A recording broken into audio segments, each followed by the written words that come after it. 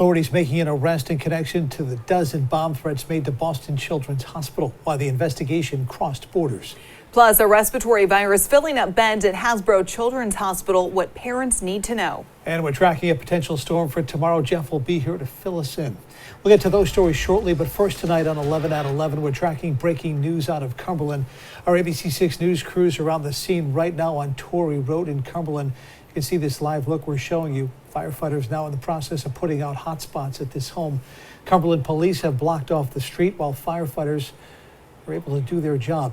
Really good look here, what's going on. We expect to hear from fire officials shortly on scene for additional information about what happened.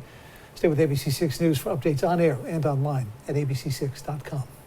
Let's get a check of our forecast right now and bring in Storm Tracker Chief Meteorologist Jeff Denoyer. We are settling into a night filled with fog. Will it stick around to our morning commute, Jeff? I do think it will, Tiffany. That is a concern for the morning commute. Reduced visibility, less than a half a mile to near zero at times. You can see just about everybody has some kind of fog, most dense towards the coast, but even areas inland, even less than 3/4 of a mile in Smithfield right now. A dense fog advisory has been issued for the area, and it continues into the morning hours tomorrow. So maybe allow yourself a little extra time for that morning commute because the fog will be so dense across the area. It hasn't been really much rain tonight. That's been mainly to our west. We've just had fog and a little drizzle and mist. If you were watching the Pats game, you could actually see it on the camera a bit. Not much rain, but just kind of one of those dreary nights. Temperatures have been stuck in the upper 50s all evening long. That's where they'll stay with more fog and drizzle overnight. And tomorrow is just one of those gloomy days, foggy, cloudy, drizzly. Temperatures in the upper 60s, but the potential is there for more in the way of some heavier rainfall for Tuesday night into Wednesday. And I'll talk much more about that part of your forecast coming right up. John. All right, Jeff, thank you. New tonight on 11 at 11, a Canadian man arrested in connection with making a series of bomb threats in Boston last month. 42-year-old Joshua Kimball of Ontario, now facing 12 counts of public mischief. The threats were made to Boston Children's Hospital, Mass General, and the Boston Public Library. Boston PD and the FBI tracking the threats to Canada and notified police there. Now to a focus on your health. An increase in child hospitalizations because of RSV. It's putting a strain on Rhode Island hospitals, and it's really part of a concerning trend nationwide. Rhode Island, one of 3 states with more than 94% of pediatric hospital beds that are full. Hasbro Children's Hospital says they're operating at 120% capacity because of RSV cases. One doctor telling ABC6 News that spike could be related to people dropping COVID prevention habits. Adding simple measures, though, they say it can stop the spread. Cover your coughs and sneezes, wash hands frequently, avoid close contact with the other people, such as kissing, shaking hands, sharing utensils, especially if they're sick. Just over state lines, Connecticut Children's Hospital has had its pediatric unit full for weeks. Officials there are seeking help from the National Guard and FEMA. A number of popular dry shampoo brands now being recalled over a cancer-causing chemical. A number of familiar brands, including Dove, Nexus, and Suave, have been recalled because of potentially elevated levels of benzene. Although we should mention, based on an independent health hazard evaluation, even daily exposure to benzene in these products at the levels detected would not be expected to cause health issues. You can see the full list for yourself of what's been recalled on the FDA's website. Now to an ABC6 News update. A construction site in Central Falls abruptly shutting down this morning after human remains were found. As the site on Sheridan Street was being excavated, a human skull was spotted as the crews dug roughly 8 feet into the ground. Not long after that, they pulled out a hip and other bones. A bar used to sit at this site.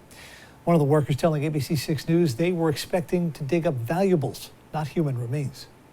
We had 7 feet. We want to go down another foot. When I went down another foot, I started pulling body parts out. I was expecting to find some money, but not a dead person. Police say it's too early to tell whether the remains are that of a male or female. The site remains shut down as the investigation continues. Meanwhile, police in Gloucester identifying the woman they say died in a crash on Putnam Pike earlier this month. 66-year-old Maria Silva from Gloucester died in that pileup that involved 2 SUVs and a truck. According to police, 3 children were in the SUV with Silva. They were not seriously injured. 3 years after Harmony Montgomery disappeared, tonight her father is behind bars. Authorities in New Hampshire charging him with her murder. During a press conference earlier today, the New Hampshire Attorney General's office announcing Adam Montgomery now facing multiple charges, including second-degree murder. He's accused of beating his daughter to death in December of 2019. Her body has still not been found. I ask that in memory of Harmony, that we all make every effort to do something nice for a child today. I know of no other way.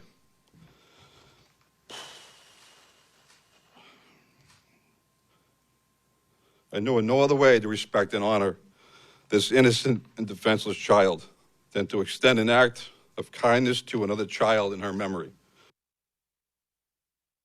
Harmony wasn't reported missing until the end of 2021, despite not being seen since 2019. Adam Montgomery is expected to be arraigned tomorrow.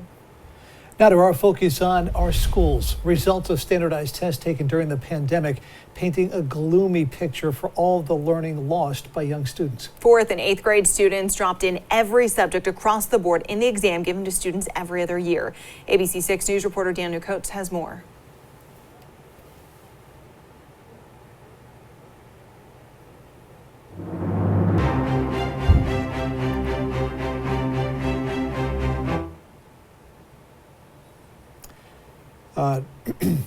National news tonight. We're 15 days out from the midterm election, and new data suggests the early voting turnout is similar to 2020. According to the information gathered by the University of Florida, over 8 million people have already voted. The majority are mail ballots. In Massachusetts, just under 300,000 mail ballots have been sent in. Over 1 million were requested in Massachusetts. Early voting turnout data for Rhode Island has not been released just yet.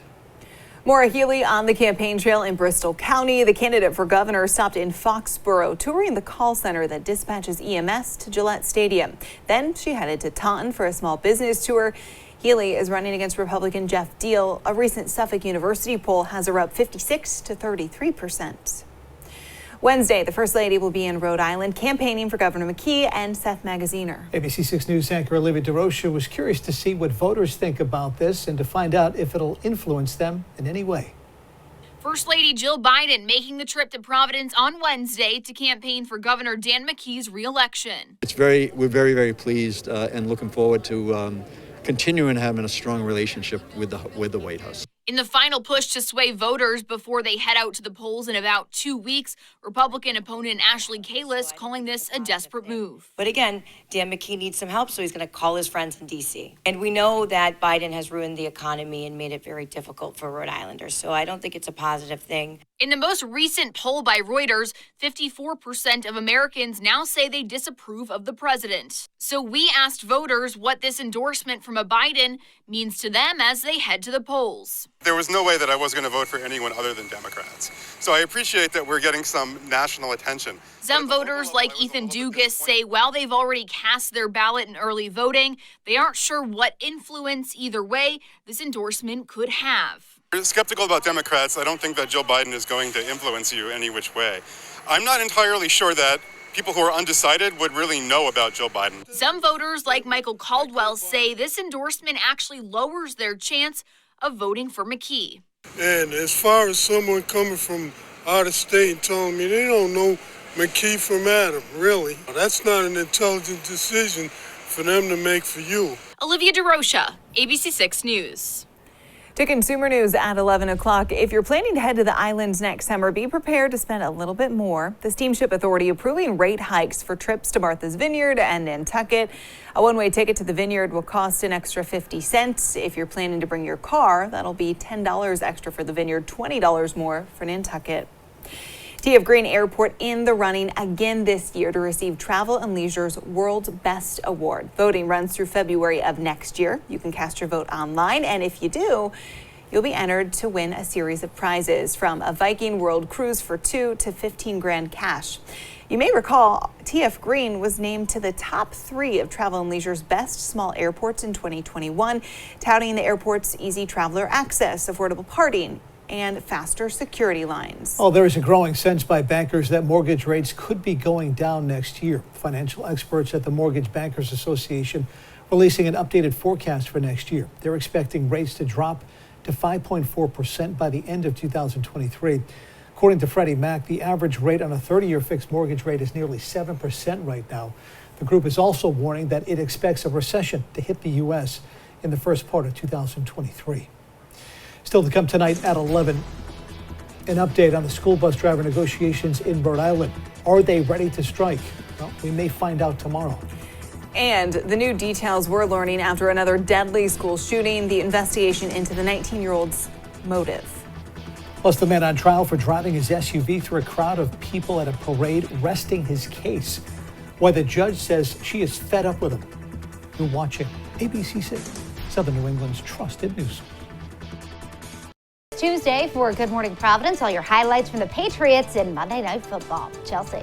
Cloudy, damp, and dreary conditions continuing through tomorrow. I'll let you know when we get back to some sunshine. Your forecast begins at 5 a.m. You know, at Jordan's, we have over 90 different mattresses you can try. That's where Bridget and our sleep techs come in. With a short analysis of you, your sleeping habits, all you have to do is choose the one that's right for you and your budget. Come into Jordan's and meet Bridget. It's like the Avengers have arrived. I'm here to have some fun. The buzziest late show on Hollywood Boulevard. Jimmy Kimmel Live. Is there anything he won't brag about?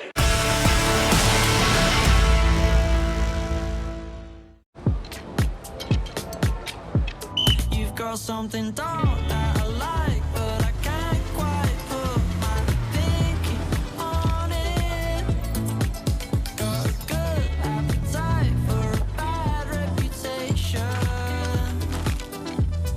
but I don't want to be just another one of your skeletons. 6 feet deep. Get 3.49% APR for up to 48 months in the purchase of a new 2023 Soul.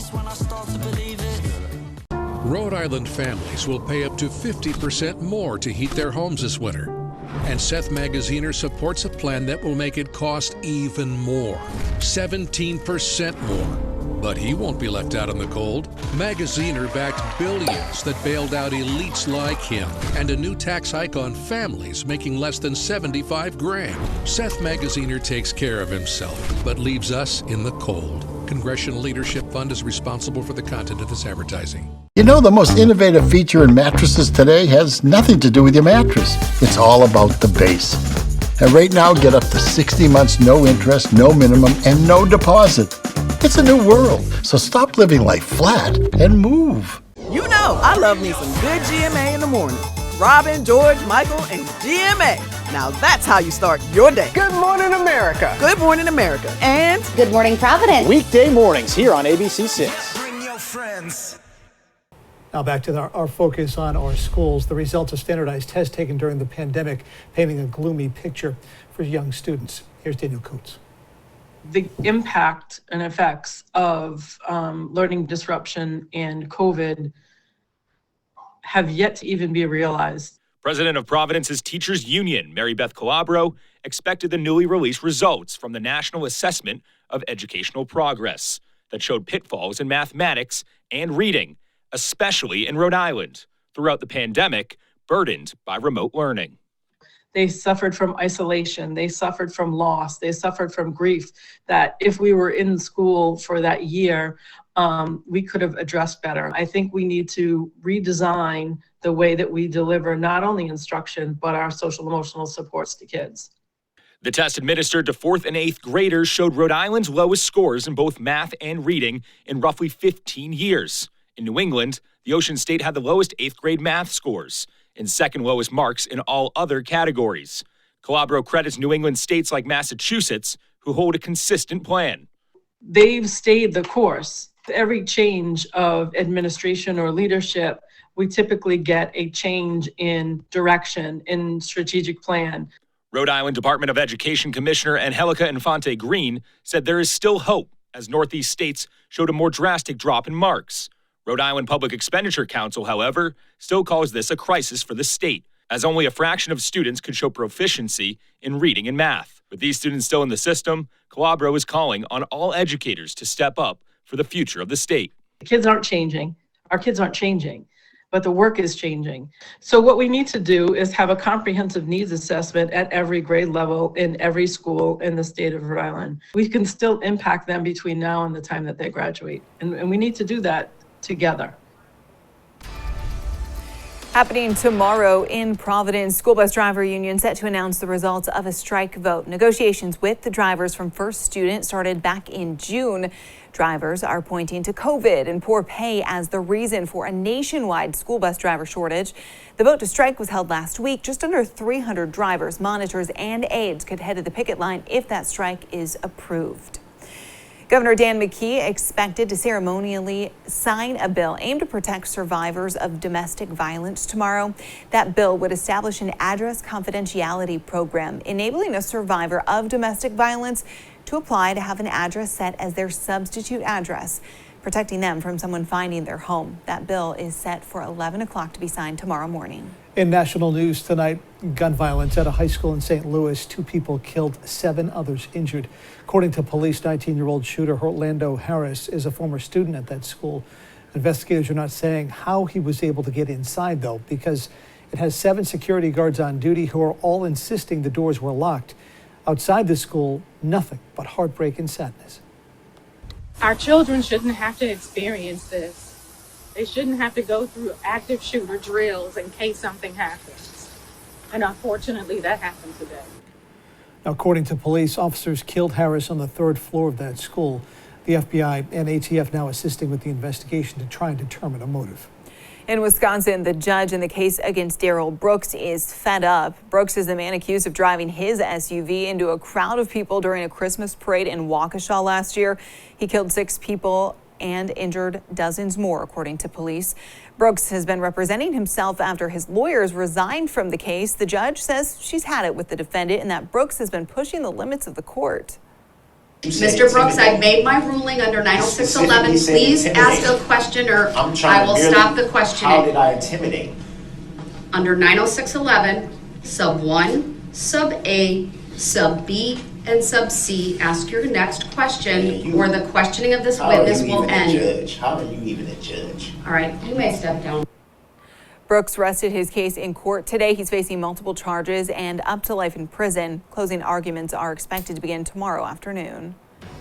And now, your ABC6 Storm Tracker weather with Chief Meteorologist Jeff Denoyer.